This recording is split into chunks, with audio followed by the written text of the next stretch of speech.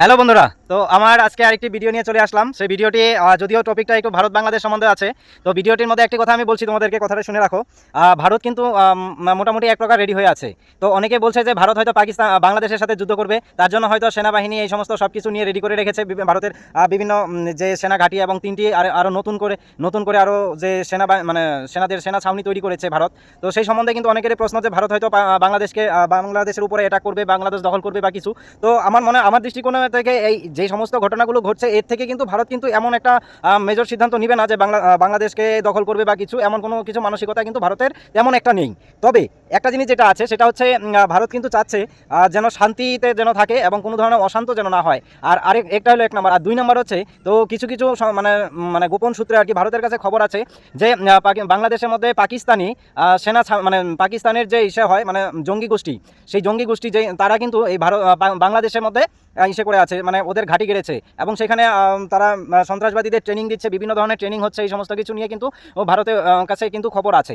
তো ভারতের কাছে খবর আছে, তো সেটা কীভাবে, অনেকে প্রশ্ন থাকতে পারে যে কীভাবে সেই প্রশ্ন ভারতের কাছে খবর আছে। তার কারণ হচ্ছে ভারতের বাংলাদেশে কী হচ্ছে না হচ্ছে, এমনকি পাকিস্তানে কী হচ্ছে না হচ্ছে, কোথায় কী হচ্ছে, তো সব খবরই কিন্তু ভারতের কাছে থাকে এবং প্রত্যেকটা খবরই কিন্তু ভারতের কাছে থাকে। এটা সব দেশেরই একটি মানে গুপ্তচর যেটা থাকে, এটা সব দেশেরই, বাংলাদেশেরও আছে, এমন পাকিস্তানেরও আছে, এমন ইন্ডিয়ারও আছে।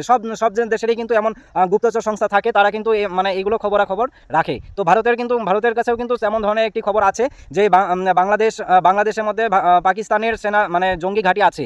তো সেই সূত্রে মানে সেইখান থেকে তো কিছুদিন আগে অপারেশন সিঁদুরের মধ্যে কিন্তু পাকিস্তান বলেছিল যে বিভিন্ন ধরনের ইস্যুতে ওরা মন্তব্য করেছিল যে ওদের নাকি পূর্ব পাকিস্তান থেকে মানে বাংলাদেশ থেকে যেহেতু ওরা এই দিক দিয়ে পাচ্ছে না, তো এখন ওরা আরেকটা ফ্রন্ট তৈরি করছে, সেটা হচ্ছে পূর্ব দিক থেকে। তো ভারতের পূর্ব দিক থেকে আরেকটি ফ্রন্ট যদি হয়, সেটা বিচার করতে গেলে তো হচ্ছে বাংলাদেশ আছে। তো তারপরে যখন আর কি আরও বিভিন্ন ধরনের যখন মানে খবর মানে আরও ভালো করে খবর পেলো যে এই সমস্ত জায়গা না অরিজিনালি, সেখানে বাংলাদেশে হলো সেনা ঘাঁটি তৈরি মানে পাকিস্তানের যে জঙ্গি ঘাঁটি সেগুলো তৈরি হয়েছে এবং বিভিন্ন ধরনের প্রশিক্ষণও দিচ্ছে। তো সেই খবর যখন পেলো, তো সেক্ষেত্রে ভারত কি চুপ করে থাকবে?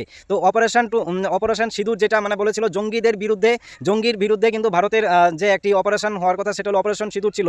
সেটা কিন্তু ভারতে ওখানে, তো এখন কি অপারেশন 2 কি বাংলাদেশ বর্ডারে বা বাংলাদেশে যদি এমন কোনো জঙ্গি ঘাঁটির খবর ভারতের কাছে থেকে থাকে এবং সেখান থেকে যদি কোনো ধরনের নাশকতামূলক কাজকর্ম চলে, তাহলে কিন্তু সেক্ষেত্রে কিন্তু বাংলাদেশ কিন্তু রেহাই পাবে না। এটা একদম 100% কেউ মিলিয়ে রাখতে পারবে না, ঠিক আছে? তো ফার্স্ট অফ অল কিন্তু বাংলাদেশকে সবার প্রথম মানে অলরেডি ভারত থেকে জানিয়ে দিয়েছে যে আপনাদের কোথায় কোথায় সেনা মানে এই সন্ত্রাসবাদীদের ঘাঁটি আছে এবং ওই ঘাঁটিগুলো আপনারা সরিয়ে দেন বা নিয়ে করার জন্য।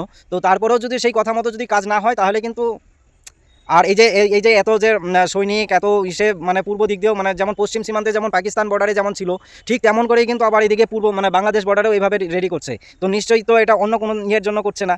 আর এত অ্যাডভান্স সব কিছু প্রযুক্তি এখানে চলে এসেছে, S-400 চলে এসেছে এখানে, ব্রহ্মস ডিপ্লয়মেন্ট হয়ে গেছে, তো আরও রাফেল তো আগে থেকেই আছে। তো এই সমস্ত কিছু যে অত্যাধুনিক অস্ত্রপাতি এবং বিভিন্ন ধরনের ড্রোন সিস্টেম, এই সমস্ত কিছু যে ভারত ইন্ডিয়া রেডি করছে, তো এমনি করছে না।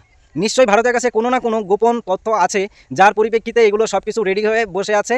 যদি একটা ভুল করে, তাহলে কিন্তু আর তখন আর মনে করো যে মানে তোমাদের যে আগে যে সন্ত্রাসবাদীরা বা পাকিস্তানের যে সমস্ত লোকগুলো আছে যারা তোমাদেরকে উস্কিয়ে নিয়ে এমন করছে, তখন কিন্তু আর তারা কিন্তু চলে যাবে, যখন ভারত লাগবে না তখন চলে যাবে। তো যখন এই যে আগে যেমন 71 সালে চলে গিয়েছিল, ঠিক তেমনই কিন্তু চলে যাবে। কিন্তু এবার কিন্তু এই যাত্রা চলে গেলে পরে ভারত যদি ওইখানে ইসে করে যদি এটা করতে হয় বাংলাদেশে, তাহলে কিন্তু বাংলাদেশকে আর দিবে না ওই জায়গায়, তাদেরকে আর নতুন করে আর রাষ্ট্রটা ওইভাবে নিজের দেশ হিসাবে আর রাখবে না। তখন কিন্তু ভারত কিন্তু নিজেদের আন্ডারে নিয়ে আসবে, সেটা কেন্দ্রশাসিত অঞ্চল বা যে কোনো একটা কিছু ভারতের একটি অঞ্চল বানিয়ে মানে সেটা রেখে দিবে, ভারতের আওতাতে রেখে দিবে। এখন আর দ্বিতীয়বার সেই ভুলটা করবে না, যেটা আগে 71 সালে হয়েছিল। কথাটি মনে রাখবে।